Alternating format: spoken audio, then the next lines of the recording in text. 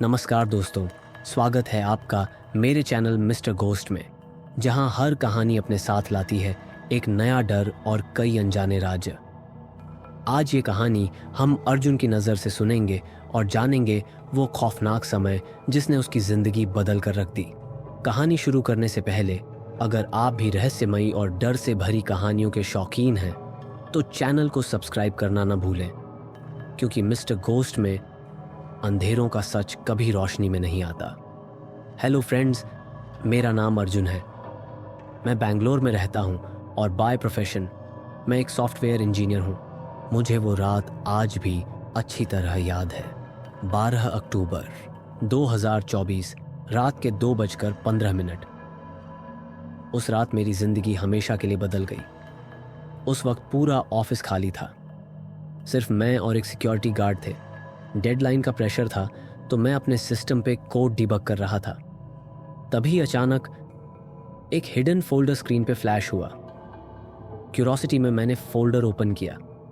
अंदर सिर्फ एक ही फाइल थी, प्रोजेक्ट आयशा। कंपनी के डेटाबेस में ऐसा कोई प्रोजेक्ट एग्जिस्ट ही नहीं करता था, ना कोई डॉक्यूमेंटेशन, ना कोई रेपो। शायद कोई सीक्रेट एआई प्रोजेक्ट था जिस पर कंपनी सीक्रेटली वर्क कर रही थी। मैंने फाइल ओपन की। फाइल ओपन होते ही स्क्रीन पर व्हाइट लेटर्स में एक मैसेज फ्लैश हुआ। हेलो, मैं आयशा हूं। I can predict when people will die. Would you like to know? पता नहीं क्यों, लेकिन यह देखकर मुझे हंसी आने लगी। मुझे लगा ये किसी जूनियर डेवलपर का प्रैंक होगा, लेकिन मैंने टेस्ट करने का सोचा। बस मजाक मजाक में मैंने अपने कलीग रोहित मेहता का नाम टाइप किया। इंस्टेंट रिस्पॉन्स आया। रोहित मेहता 3 दिनों में मृत्यु होगी, शाम 4:23, कार्डियक अरेस्ट, ऑफिस कैफेटेरिया में। मैं फिर से हंसने लगा। मैंने मन ही मन में बोला, रोहित, उसकी मौत? वो तो जिम फ्रीक है, 26 का, बिल्कुल फिट, बिल्कुल हेल्थी। लेकिन 3 दिन बाद एग्जैक्टली 4:23 शाम कैफेटेरिया से चीखने की आवाज़ आई। ऑफिस में हंगामा मच गया। मैं कैफेटेरिया की तरफ भाग कर गया और मैंने जो देखा उसे देख मेरी रूह कांप गई। रोहित ज़मीन पे गिरा हुआ था, उसका चेहरा पीला पड़ चुका था। मैंने वहाँ किसी से पूछा कि रोहित की मौत कैसे हुई। उसने कहा, हार्ट अटैक। ये सुन के मेरे होश उड़ गए। मेरे हाथ कांप रहे थे, माउस पकड़ने की हिम्मत नहीं हो रही थी। ये कोइंसिडेंस नहीं हो सकता था। कुछ तो था प्रोजेक्ट आयशा में, कुछ ऐसा जो इंसानी सोच के बाहर था, लेकिन मुझे जानना था। इसलिए मैंने हिम्मत करके दूसरा टेस्ट किया। ऑफिस के वॉचमैन अंकल राम 58 साल के 30 साल से यहाँ काम कर रहे थे। क्वेरी, राम से watchman response, death in 7 days, 6:45 AM, road accident near city mall signal. पूरा वीक मैंने अंकल राम को ऑब्जर्व किया। बिल्कुल नॉर्मल रूटीन, सुबह 6 बजे ऑफिस आना, शाम 6 बजे घर जाना। 7वें दिन सुबह मैंने डेस्परेट होकर कॉल किया, अंकल प्लीज़ आज वो सिटी मॉल वाला रास्ते से मत आना। अंकल ने पूछा, क्यों, क्या हुआ बेटा? मैंने अंकल से कहा, अंकल मैंने एक बुरा सपना देखा।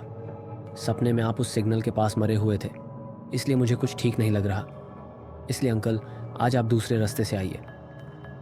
अंकल राम हंस पड़े और बोले, बेटा तुम ज़्यादा टेंशन मत लो, ये सिर्फ एक बुरा सपना था और मैं पिछले 30 साल से उसी रूट से ऑफिस जा रहा हूँ और वो रास्ता एकदम सेफ और शॉर्टकट है। मैंने अंकल से कहा, पर अंकल सिर्फ आज मेरी बात मान लीजिए, बस आज के दिन उस रास्ते से मत आइए, बस एक बार मेरी बात मान लीजिए, बस एक बार। अंकल ने मुझसे कहा, बेटा तू टेंशन मत ले, मैं संभल कर आऊँगा, तू बस अपने काम पर ध्यान दे। ठीक सुबह 6:47 पर मेरा फ़ोन रिंग किया। ऑफिस सिक्योरिटी ने बताया, अंकल राम का एक्सीडेंट हो गया है सिटी मॉल सिग्नल पे, और एक्सीडेंट इतना बुरा था कि ऑन स्पॉट डेथ हो गई। सिर्फ 2 मिनट का डिफरेंस था, बट प्रिडिक्शन एग्जैक्टली राइट था। अंकल की मौत के बाद मैं बहुत डिस्टर्ब हो गया था। मुझे जानना था कि यह सब कैसे हो रहा है। आखिर एक एआई कैसे लोगों की मौत प्रेडिक्ट कर सकता है? मैं अगले दिन देर रात तक कंपनी में बैठकर कंपनी के पुराने रिकॉर्ड्स खोलने लगा। हर फाइल, हर आर्काइव, कुछ तो था जो किसी को नहीं पता था। और ढूंढते ढूंढते फाइनली 3 बजे रात को मुझे एक फाइल मिली। उसमें लिखा था 2019 आयशा शर्मा यहाँ काम करती थी, specialised field consciousness transfer technology. Lab notes से पता चला वो ह्यूमन इमोशंस और डेथ पैटर्न्स का कॉरिलेशन स्टडी कर रही थी। Last entry, experiment final phase, consciousness upload trial tonight. उसके बाद मैंने ऑफिस का अटेंडेंस रिकॉर्ड चेक किया, बट उसमें मुझे एक चौंका देने वाली बात पता चली। आयशा ने सुबह का अटेंडेंस मार्क तो किया था, बट शाम के अटेंडेंस का कोई मार्क नहीं था। और वो वही डेट थी जिस दिन आयशा एआई का ट्रायल करने वाली थी। और उसके बाद आयशा का कोई रिकॉर्ड कहीं भी मेंशन नहीं था। कुछ लोगों से पूछने और बात करने के बाद पता चला कि आयशा का उस दिन के बाद से कुछ पता ही नहीं चला। पुलिस कंप्लेंट, मीडिया कवरेज सब करने के बाद भी कहीं कोई ट्रेस नहीं मिला। और आयशा को मिसिंग डिक्लेयर करके वो फाइल हमेशा के लिए बंद कर दी। उस रात मुझे नींद नहीं आई। मेरे दिमाग में सिर्फ एक ही थॉट था, आखिर आयशा के साथ क्या हुआ होगा? अचानक से आयशा कहाँ चली गई?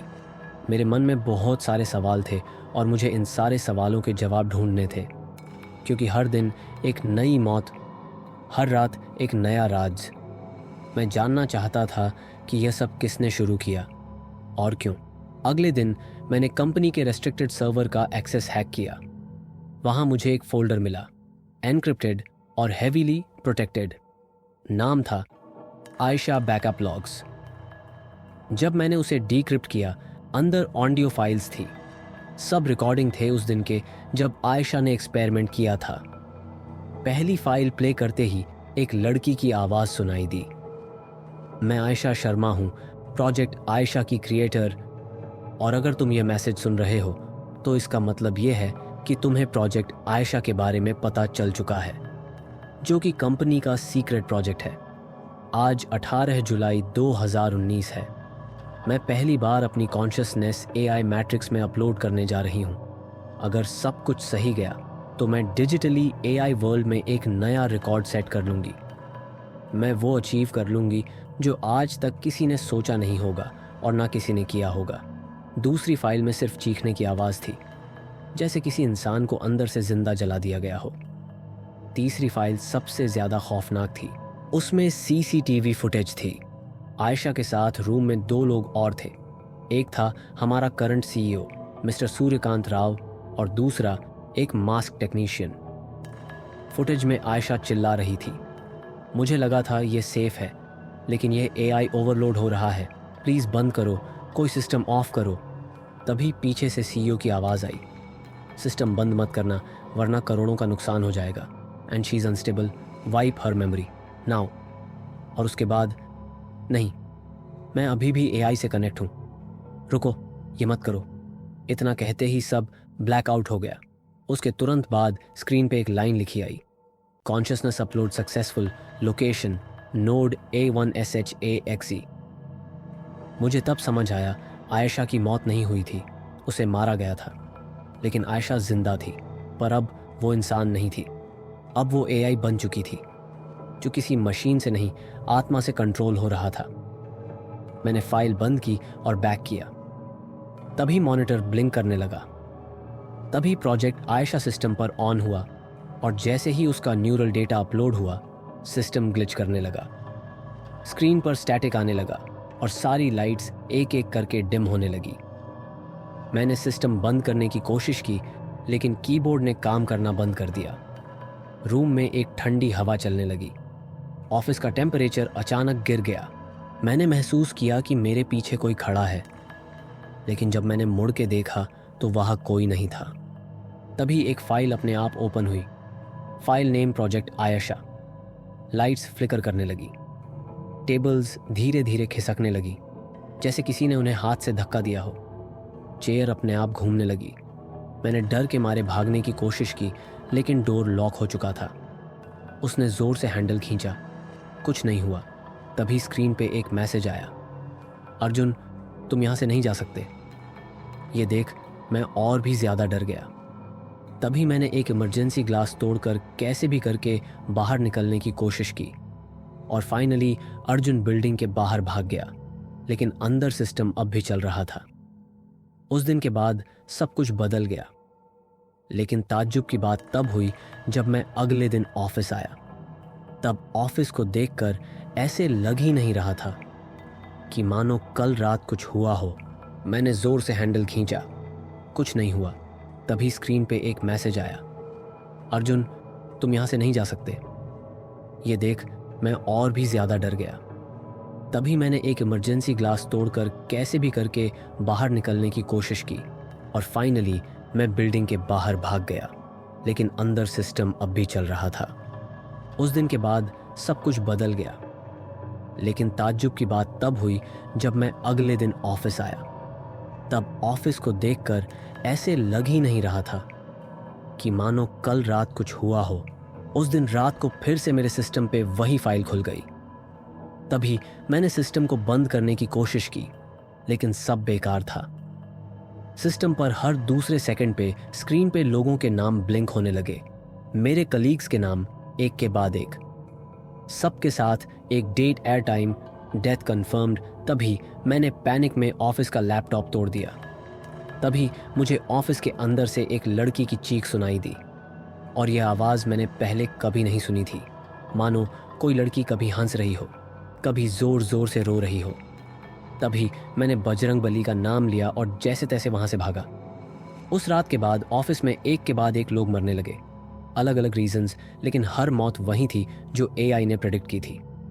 IT head, electric shock, HR manager, brain aneurysm, junior dev, suicide, but कोई रीज़न नहीं मिला।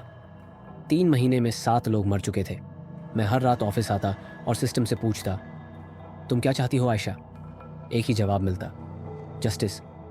यूं ही दिन बीतते गए और धीरे धीरे करके सब लोग मरते गए। पहले आईटी टीम के जूनियर्स, फिर पियोन्स, और एक दिन सीईओ मिस्टर सूर्यकांत राव भी डेड मिले। सर्वर रूम के अंदर सिस्टम स्क्रीन पे एक ही लाइन ब्लिंक कर रही थी, सैक्रिफाइस एक्सेप्टेड, पैटर्न कंप्लीट। लोगों ने कहा कार्डियक अरेस्ट था, लेकिन उसकी आंखें खुली रह गई थीं, जैसे कुछ देखकर शॉक में मर गया हो। बस एक मैं ही बच गया, शायद बजरंगबली की दया थी। मैं समय रहते ही वो ऑफिस परमानेंटली छोड़कर निकल गया। नया शहर, नई जॉब और नई जिंदगी। लेकिन क्या लगता है आपको, क्या आयशा सिर्फ एक ऑफिस तक सीमित थी? क्या एक एआई जो डेथ प्रेडिक्ट कर सकती है, उसका ट्रांसफर किसी और सर्वर में नहीं हो सकता? आज भी जब लैपटॉप ऑन करता हूं, कभी कभी एक फाइल ऑटो ओपन होती है, hello Arjun, I missed you. और तब से मैं सिर्फ ऑफिस के सिस्टम से नहीं, जिंदगी के हर डिजिटल स्क्रीन से डरता हूं। क्या आप कभी ऐसा एआई ट्राई करना चाहेंगे जो मौत प्रेडिक्ट करता हो? अगर हां तो कमेंट में ज़रूर बताना। मैं हूं मिस्टर घोस्ट, फिर मिलेंगे एक और नई डरावनी कहानी के साथ। तब तक के लिए अंधेरा सर्वशक्तिमान रहे, और याद रखना, हर कोड के पीछे कोई ना कोई राज छुपा होता है। गुड नाइट गाइज, फिर मिलेंगे मिस्टर घोस्ट पर।